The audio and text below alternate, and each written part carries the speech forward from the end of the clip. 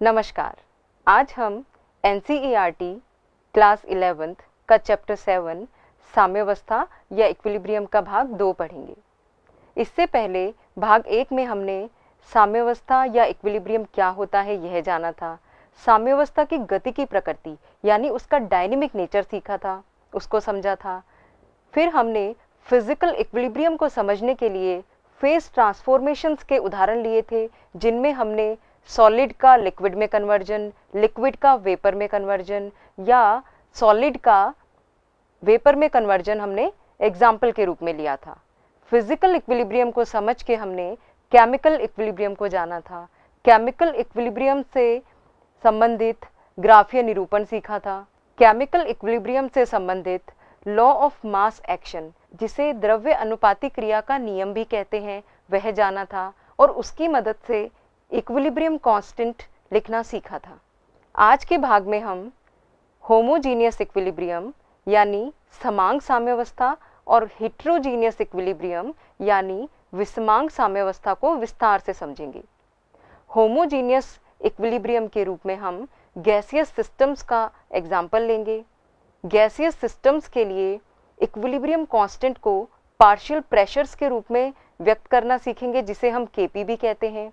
KP और केसी के बीच में क्या संबंध होता है यह जानेंगे। इस पे आधारित कुछ एग्जाम्पल करेंगे।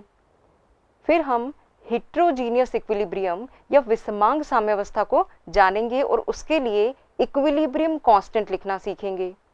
इसके बाद हम इक्विलिब्रियम कांस्टेंट की एप्लीकेशंस के बारे में बात करेंगे, जिसके आधार पर किसी केमिकल रिएक्शन के लिए यह बता सकते हैं कि वो किस एक्सटेंट यानी किस सीमा तक संभव है, उसकी डायरेक्शन क्या होगी, यह जानेंगे।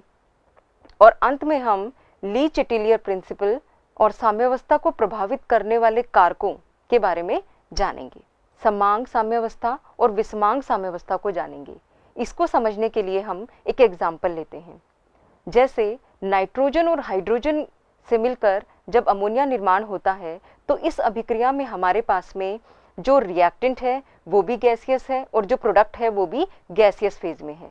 यानी यह जो इक्विलिब्रियम है वहां पर एक ही फेज उपस्थित है, इसलिए यह जो सिस्टम है उसे हम समांग निकाय भी कह सकते हैं या होमोजीनियस सिस्टम भी कह सकते हैं। और इस सिस्टम में जो इक्विलिब्रियम उपस्थित है उसे हम होमोजीनियस इक्विलिब्रियम कहेंगे। इसी प्रकार एक और एग्जाम्पल को हम देखेंगे, जिसमें कैल्शियम कार्बोनेट का वियोजन होकर कैल्शियम ऑक्साइड और कार्बन डाइऑक्साइड बनते हैं। यहाँ कैल्शियम कार्बोनेट एक सॉलिड है, कैल्शियम ऑक्साइड भी एक सॉलिड है, लेकिन कार्बन डाइऑक्साइड एक गैस है। इस साम्य में हमारे पास में दो फेजेस उपस्थित हैं, सॉलिड और गैस। तो इस प्रकार के साम्य जिनमें एक से अधिक प्रावस्थाएं उपस्थित होती हैं, विषमांगी साम्यावस्था या हेटेरोजीनियस इक्विलिब्रियम की कैटेगरी में आते हैं। समांग साम्यावस्था या होमोजीनियस इक्विलिब्रियम ऐसे निकाय जिसमें सभी अभिकारक एवं उत्पाद एक समान प्रावस्था में होते हैं, समांग निकाय कहलाते हैं।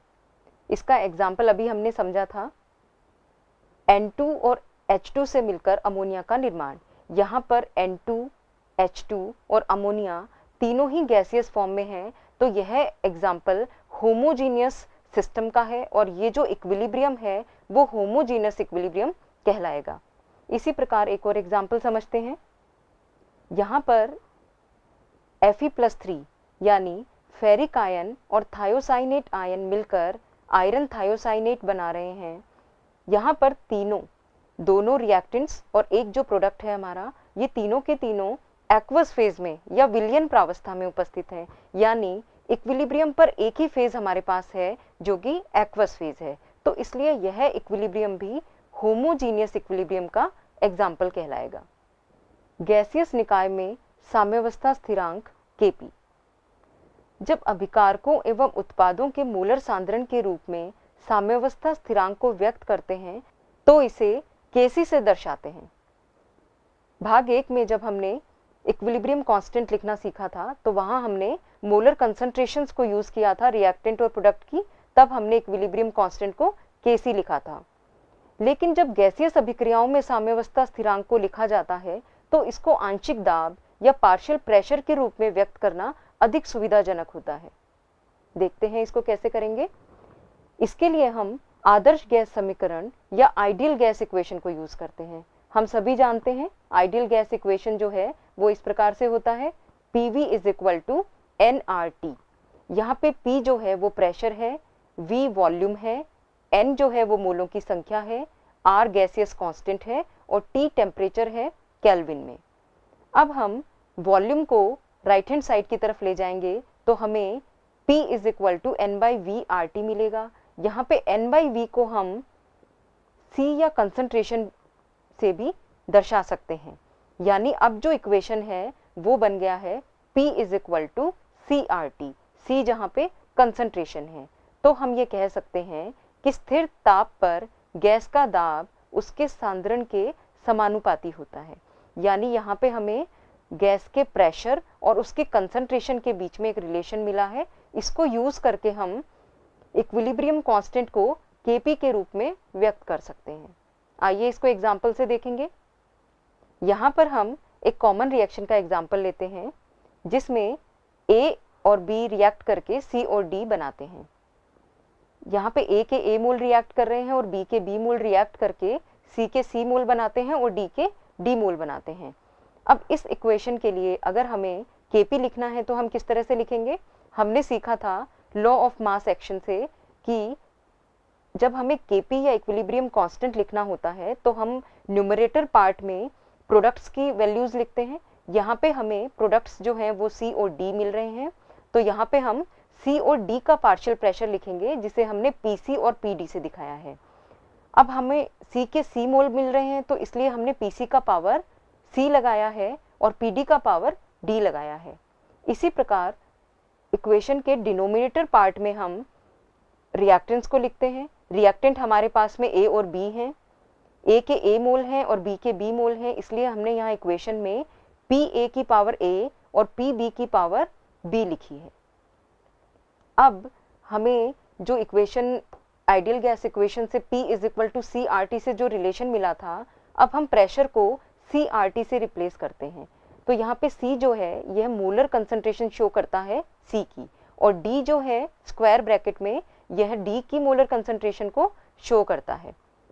तो हमने PC और PD की जगह C और D लिखा है जो कि उसकी मोलर कंसंट्रेशंस बताते हैं C और D प्रोडक्ट्स की, और इनके साथ जो P = CRT में जो RT है उसको हमने यहाँ कॉमनली लिखा है और उसकी पावर जो है हमने C + D लगा दी है। इसी प्रकार डिनोमिनेटर पार्ट में हम रिएक्टेंट्स की पार्शियल प्रेशर और उसकी मोलर कंसंट्रेशंस लिख रहे हैं। तो यहाँ हमने A की पावर A इंटू B की पावर B इंटू RT की पावर A + B लिख दी। अब इस इक्वेशन को थोड़ा सा हम रीअरेंज करेंगे और रीअरेंज करने पे हमें यह जो पार्ट मिलता है यह पार्ट Kc के बराबर होता है। तो अब इस इक्वेशन को हम इस तरह से भी लिख सकते हैं, Kp = Kc इंटू RT की power delta n। Delta n जो है वो यहाँ से हम देख सकते हैं कि C + D minus A + B, यानी प्रोडक्ट्स के मोलों की संख्या माइनस रिएक्टेंट्स के मोलों की संख्या। तो अब हमें Kp और Kc के बीच एक रिलेशन मिल गया है जो कि इस प्रकार है, Kp = Kc इंटू RT की पावर डेल्टा n। अब हम इस रिलेशन को यूज करके कुछ रिएक्शंस के लिए Kp और Kc के बीच में रिलेशन देखेंगे। सबसे पहले हम H2 + I2 से 2HI का बनना एग्जाम्पल के रूप में लेंगे। इस रिएक्शन में हमारे पास में HI प्रोडक्ट है जिसके 2 मोल हैं और H2 और I2 हमारे रिएक्टेंट्स हैं जिनके 1-1 मोल रिएक्शन में भाग ले रहे हैं। लॉ ऑफ मास एक्शन के अनुसार इस अभिक्रिया के लिए हम Kc को इस प्रकार से लिख सकते हैं, प्रोडक्ट्स के मोलर कंसंट्रेशन को हम न्यूमरेटर पार्ट में लिखेंगे और उसकी पावर 2 लगाई है क्योंकि प्रोडक्ट के 2 मोल बन रहे हैं, और ऐसे ही डिनोमिनेटर पार्ट में हम रिएक्टेंट्स को लिखेंगे जो कि H2 और I2 है। अब हम यहाँ पर जो कंसंट्रेशन है उसको अगर हम RT से मल्टीप्लाई करेंगे तो वो हमें पार्शियल प्रेशर देगी। तो पार्शियल प्रेशर ऑफ HI को हम किस तरह से लिख सकते हैं, HI का मोलर कंसंट्रेशन इनटू RT। इसी तरह से H2 के पार्शियल प्रेशर को लिखने के लिए हम क्या करेंगे, H2 का molar concentration multiplied by RT, और इसी तरह से PI2 लिखा, I2 का मोलर कंसंट्रेशन इनटू RT। अब हम Kp लिखने के लिए PHI की पावर 2 लगाते हैं divided by PH2 into PI2 लिखते हैं, और जो कंसंट्रेशंस अभी हमने पार्शियल प्रेशर से रिलेट करके ली थी उन्हीं को हम यहाँ पे रिप्लेस कर देते हैं। ये वैल्यूज रिप्लेस करके और इसको सॉल्व करके हमें जो एक्सप्रेशन मिलता है वो Kc के बराबर है। तो यानी इस अभिक्रिया के लिए Kp और Kc एक समान हैं। तो हम ये कह सकते हैं कि ऐसी अभिक्रियाएं जिनमें प्रोडक्ट्स के मोलों की संख्या और रिएक्टेंट्स के मोलों की संख्या समान होती है उनके लिए Kp और Kc का मान भी समान मिलेगा, जैसे H2 प्लस I2 से 2HI का बनना। अब हम एक और एग्जाम्पल लेंगे। इस बार हम एग्जाम्पल के रूप में ले रहे हैं N2 प्लस 3H2 से 2NH3 का बनना। यहाँ पर हमारे पास में जो रिएक्टेंट है वो नाइट्रोजन और हाइड्रोजन है और जो प्रोडक्ट है वो अमोनिया है। अमोनिया के 2 मोल बन रहे हैं। अब हम लॉ ऑफ मास एक्शन को यूज कर Kp लिखेंगे। Kp हम इस तरह से लिखेंगे, न्यूमरेटर पार्ट में हम प्रोडक्ट्स के पार्शियल प्रेशर को लिखते हैं जो कि NH3 है, तो यहाँ हमने PNH3 लिखा और उसकी पावर 2 लगाई क्योंकि अमोनिया के 2 मोल बन रहे हैं, divided by PN2 into PH2 की पावर 3। क्योंकि हाइड्रोजन के 3 मोल रिएक्शन में पार्टिसिपेट कर रहे हैं इसलिए हमने यहाँ पे पावर 3 लगा दिया है। अब हम P is equal to CRT relation को यूज करेंगे और पार्शियल प्रेशर की जगह हम यहाँ पे CRT के टर्म में इक्वेशन को लिखेंगे। तो न्यूमरेटर पार्ट में हम लिखेंगे NH3 की मोलर कंसंट्रेशन की पावर 2 इंटू RT की पावर 2 डिवाइडेड बाय डिनोमिनेटर में हम लिखेंगे N2 की molar concentration into RT into H2 की मोलर कंसंट्रेशन की पावर 3 इंटू RT की पावर 3। अब इस इक्वेशन को सॉल्व करके हमें मिलेगा Kc इंटू RT की पावर -2। यानी इस अभिक्रिया के लिए Kp और Kc का मान समान नहीं है। यहाँ पे Kp is equal to Kc into RT की पावर -2 मिल रहा है। यानी हम ये सामान्य तौर पे कह सकते हैं कि ऐसी अभिक्रियाएं जिनमें प्रोडक्ट्स और रिएक्टेंट्स के मोलों की संख्या में अनइक्वालिटी होती है या वो असमान होती हैं तो Kp और Kc का मान भी समान नहीं होगा, अलग अलग होगा। अब हम इस रिलेशन पे बेस्ड एक क्वेश्चन करेंगे। इस एग्जाम्पल में हमें एक रिएक्शन दी हुई है जो कि इस प्रकार से है, 2NOCl से 2NO प्लस Cl2 का बनना। यह अभिक्रिया 1069 केल्विन पे हो रही है और इसके लिए Kc का मान है 3.75 into 10 raise to the power -6। इस अभिक्रिया के लिए हमें Kp निकालना है। तो सबसे पहले हम ये देखेंगे कि यहाँ पे डेल्टा N की वैल्यू क्या आती है। यहाँ पे डेल्टा N जो है वो इस प्रकार से होगा, यहाँ पे प्रोडक्ट्स के मोल हैं 2 + 1, यानी प्रोडक्ट्स के 3 मोल हैं और रिएक्टेंट्स के 2 मोल हैं, तो डेल्टा N का मान यहाँ पे आएगा 1। तो यहाँ पे इस Kp is equal to Kc into RT की पावर डेल्टा N जो रिलेशन है उसको यूज करेंगे और डेल्टा N अभी हमने देखा कि 2 + 3 - 2, यानी हमें डेल्टा N का मान 1 मिलता है। तो अब डेल्टा N का ये मान हम इस इक्वेशन में रखेंगे और बाकी वैल्यूज भी हम क्वेश्चन से रखेंगे। तो हमें सॉल्व करने पर Kp का मान 0.033 मिलेगा। अब इस प्रकार से हम Kc से Kp निकाल सकते हैं या कुछ एग्जाम्पल्स में Kp दिया होता है तो Kc की गणना कर सकते हैं। अब हम विषमांग साम्यावस्था यानी हेट्रोजीनियस इक्विलिब्रियम के बारे में जानेंगे। एक से अधिक प्रावस्था वाले निकाय में स्थापित साम्यावस्था को विषमांग या हेट्रोजीनियस इक्विलिब्रियम कहते हैं। इसको हम एग्जाम्पल से देखेंगे, जैसे H2O लिक्विड और H2O गैस, इनके बीच का जो साम्य है या इक्विलिब्रियम है वो हेट्रोजीनियस इक्विलिब्रियम कहलाता है, क्योंकि यहाँ हमारे पास इक्विलिब्रियम में लिक्विड और गैस दो प्रावस्थाएं उपस्थित हैं। इसी प्रकार जो CaCO3 का डिसोसिएशन है CaO और CO2 में, वह भी हेट्रोजीनियस इक्विलिब्रियम का एग्जाम्पल है, क्योंकि यहाँ हमारे पास में सॉलिड और गैस दो प्रावस्थाएं उपस्थित हैं। इसी प्रकार एग्जाम्पल थर्ड में हम देखते हैं निकल प्लस 4CO से निकल टेट्रा कार्बोनाइल बन रहा है। यहाँ पे भी निकल जो है वो सॉलिड स्टेट में है और कार्बन मोनोऑक्साइड और निकल टेट्रा कार्बोनाइल जो है वो गैसियस स्टेट में है। तो इसका मतलब यह इक्विलिब्रियम जो है वो भी हेट्रोजीनियस इक्विलिब्रियम का एग्जाम्पल है। अब हम हेट्रोजीनियस इक्विलिब्रियम के लिए इक्विलिब्रियम कांस्टेंट लिखना सीखेंगे। विषमांग साम्यावस्था स्थिरांक के व्यंजक में सामान्य स्थिति में शुद्ध ठोस या शुद्ध द्रव को साम्यावस्था स्थिरांक व्यंजक में नहीं लिखा जाता है। इसको हम इस एग्जाम्पल से समझेंगे। Ag2O प्लस 2HNO3 से 2AgNO3 प्लस H2O का बनना। यहाँ पे हमारे पास में Ag2O और H2O यानी सिल्वर ऑक्साइड और जो जल है वो सॉलिड और लिक्विड फॉर्म्स में है, यानी इनको हम इक्विलिब्रियम कांस्टेंट लिखने में यूज नहीं करेंगे। तो इक्विलिब्रियम कांस्टेंट इस रिएक्शन के लिए हम किस तरह से लिखेंगे? Kc is equal to numerator part में हम केवल AgNO3 का कंसंट्रेशन लेंगे और उसकी power 2 divided by denominator part में हम केवल HNO3 का मोलर कंसंट्रेशन लिखेंगे और उसकी पावर 2 लगाएंगे। तो इस प्रकार इस इक्विलिब्रियम के लिए हमें जो इक्विलिब्रियम कांस्टेंट मिलता है वो इस प्रकार से है AgNO3 का मोलर कंसंट्रेशन की पावर 2 डिवाइडेड बाय HNO3 की मोलर कंसंट्रेशन की पावर 2। साम्यावस्था स्थिरांक के महत्वपूर्ण लक्षण। साम्यावस्था स्थिरांक का जो मान है वो रिएक्टेंट और प्रोडक्ट की इनिशियल कंसंट्रेशन या प्रारंभिक सांद्रता पर निर्भर नहीं करता है, और जो इक्विलिब्रियम कांस्टेंट है वो टेम्परेचर पे डिपेंड करता है, यानी अगर हम टेम्परेचर बदल देंगे तो इक्विलिब्रियम कांस्टेंट की वैल्यू बदल जाएगी। अब हम साम्यावस्था स्थिरांक के एप्लीकेशंस या अनुप्रयोग जानेंगे।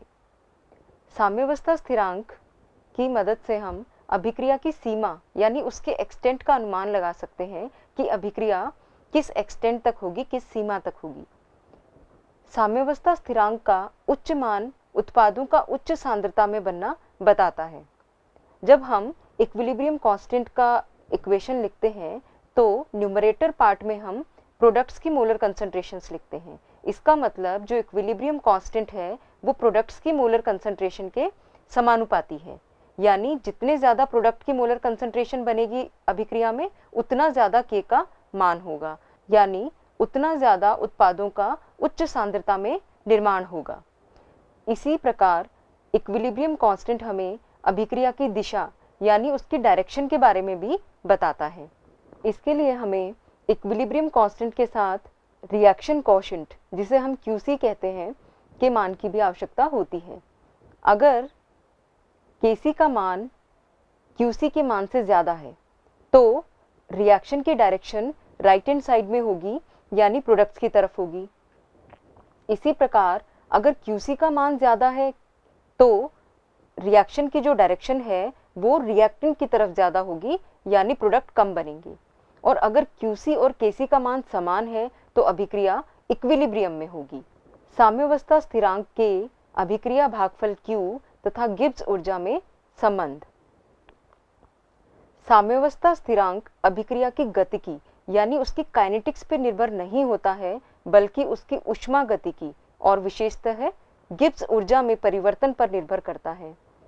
थर्मोडायनेमिक्स में हम एक रिलेशन देखते हैं, delta G is equal to delta G plus RT ln Q।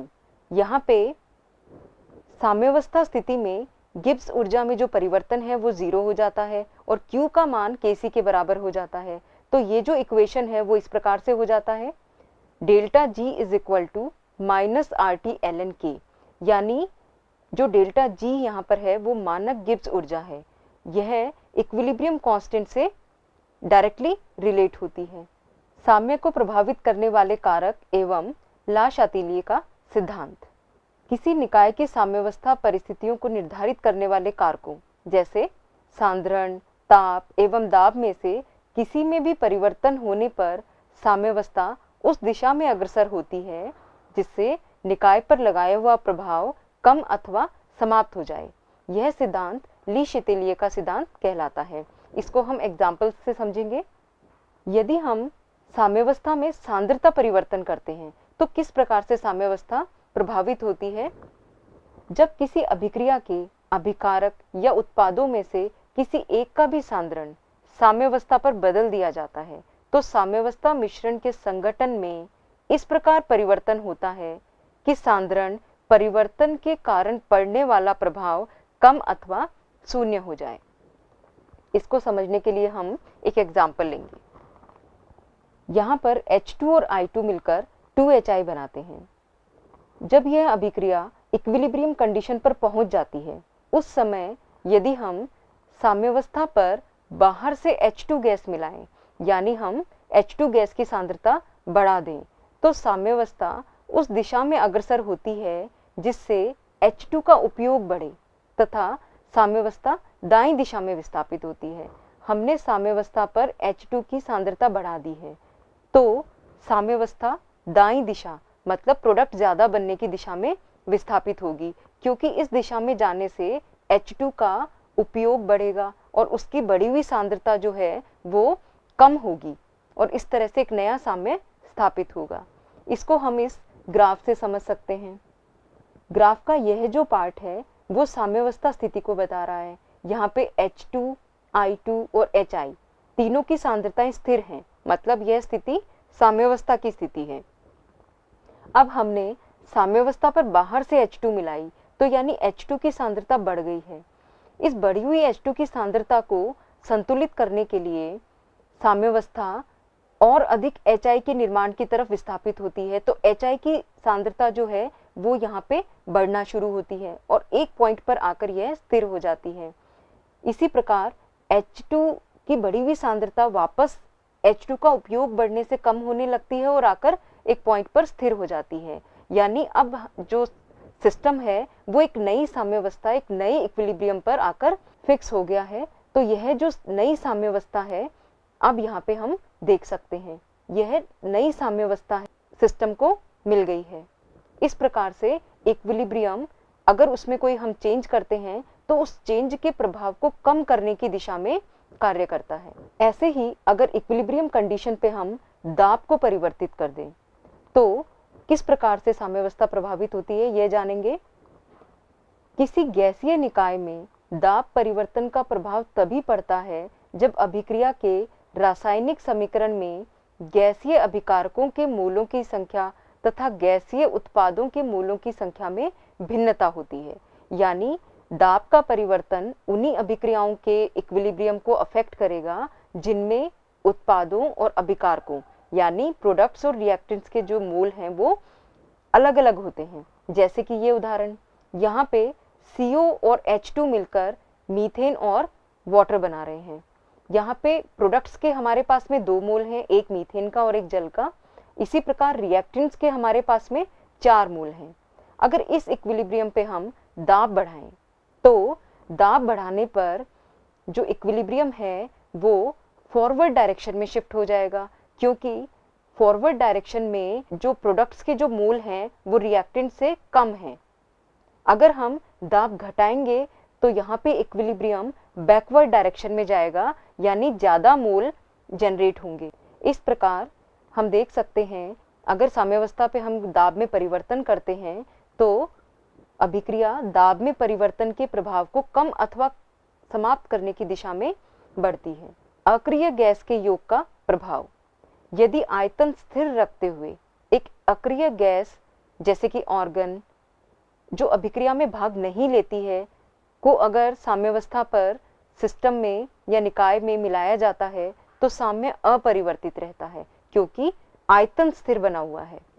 ताप परिवर्तन का प्रभाव, यदि साम्यावस्था पर ताप परिवर्तन किया जाए तो साम्यावस्था किस दिशा में अग्रसर होगी यह डिपेंड करेगा कि उस अभिक्रिया के लिए डेल्टा H यानी एंथैल्पी चेंज का चिन्ह क्या है। यानी हमारी अभिक्रिया ऊष्माक्षेपी है या ऊष्मा शोषी है।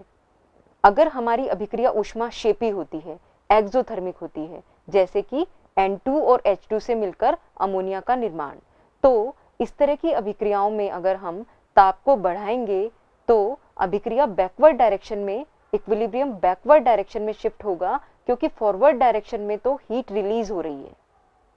तो अगर ताप बढ़ाएंगे तो इक्विलिब्रियम उस दिशा में जाएगा जहां पे ताप को कम किया जा सके, यानी बैकवर्ड डायरेक्शन में। इसी प्रकार यदि अभिक्रिया एंडोथर्मिक है, यानी जैसे PCl5 से PCl3 और Cl2 का बनना, यहाँ पर फॉरवर्ड डायरेक्शन में अभिक्रिया में हीट का एब्जॉर्प्शन होता है। तो अगर हम ताप बढ़ाएंगे तो अभिक्रिया फॉरवर्ड डायरेक्शन में ज़्यादा जाएगी, जिससे बढ़ा हुआ जो ताप है वो बैलेंस हो जाए, संतुलित हो जाए। उत्प्रेरक का प्रभाव। साम्यावस्था उत्प्रेरक के प्रभाव से अपरिवर्तित रहती है, अप्रभावित रहती है, क्योंकि हम सभी जानते हैं उत्प्रेरक वो पदार्थ होते हैं जो अभिक्रिया में भाग लिए बिना उसके वेग को बढ़ाते हैं। तो उत्प्रेरक जो हैं वो क्रिया कारकों के उत्पाद में परिवर्तन हेतु कम ऊर्जा का नया मार्ग उपलब्ध करवाते हैं और अग्र और प्रतीप यानी फॉरवर्ड और बैकवर्ड दोनों अभिक्रियाओं के वेग को समान रूप से बढ़ाते हैं। इसलिए उत्प्रेरक साम्यावस्था को परिवर्तित नहीं करता है। आज के भाग में हमने होमोजीनियस इक्विलिब्रियम और हेटेरोजीनियस इक्विलिब्रियम को विस्तार से जाना, उनके लिए इक्विलिब्रियम कांस्टेंट लिखने सीखे, Kp और Kc के मध्य संबंध को जाना, उस पर आधारित अभ्यास प्रश्न किए। फिर हमने इक्विलिब्रियम कांस्टेंट की एप्लीकेशन को समझा और हमने ली शेतेलियर सिद्धांत क्या होता है यह जाना। अब इसके अगले भाग में हम आयनिक साम्यावस्था के बारे में पढ़ेंगे, अम्ल एवं क्षारों की विभिन्न अवधारणाओं के बारे में जानेंगे और pH स्केल क्या होता है, जल का आयनिक गुणनफल क्या होता है, यह सब जानेंगे। धन्यवाद।